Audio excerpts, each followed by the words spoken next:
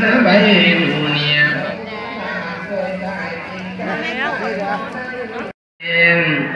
sang sai ngam ca kiên cống yang sai bảy mù nia bảy ôn en nơ cai kiên sa hỡi đại có hai lô làm lô lô đi qua về cùng bên nhẹ lô bốn chạy bên đại có mỗi thời được để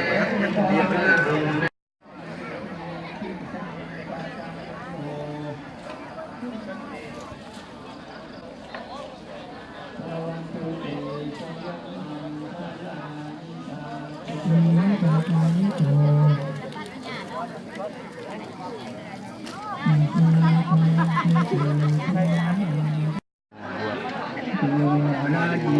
รัสมิงพระปิทาโอนนำราดีรัสพระธรรมเมจังราดีรัสมิง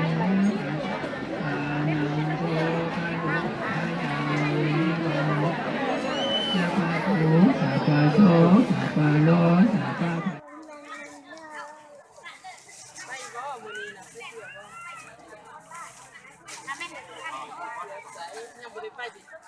23 พฤษภาคม 2557องค์สมเด็จพระศรีอริยเมตไตรธรรมองค์สมเด็จพระศรีอริยเมต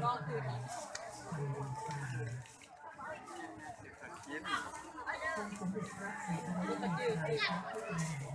สวรรค์ทรงเป็นพระผู้นำอันศักดิ์สิทธิ์ยิ่งบ้านทั้งหมดเด็กขนาดนี้พระองค์ทรงเสด็จลงมาเพื่อถวายทุกสิ่งทุกอย่างให้กับมูลมนุษย์เพื่อความอยู่รอดปลอดภัยของสัตว์โลกทั้งหลายองค์สมเด็จพระศรีอริยเมตไตร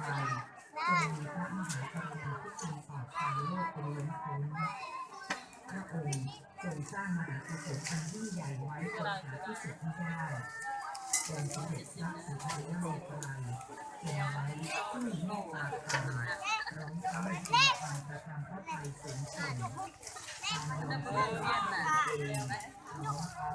รับสิ่งองค์เทพทุกพระองค์เสด็จลงมาเพื่อช่วยสัตว์โลกทั้งหลายให้เป็นความอยู่รอดปลอดภัยจนประสบความสำเร็จพระบรมแก่สัตว์โลก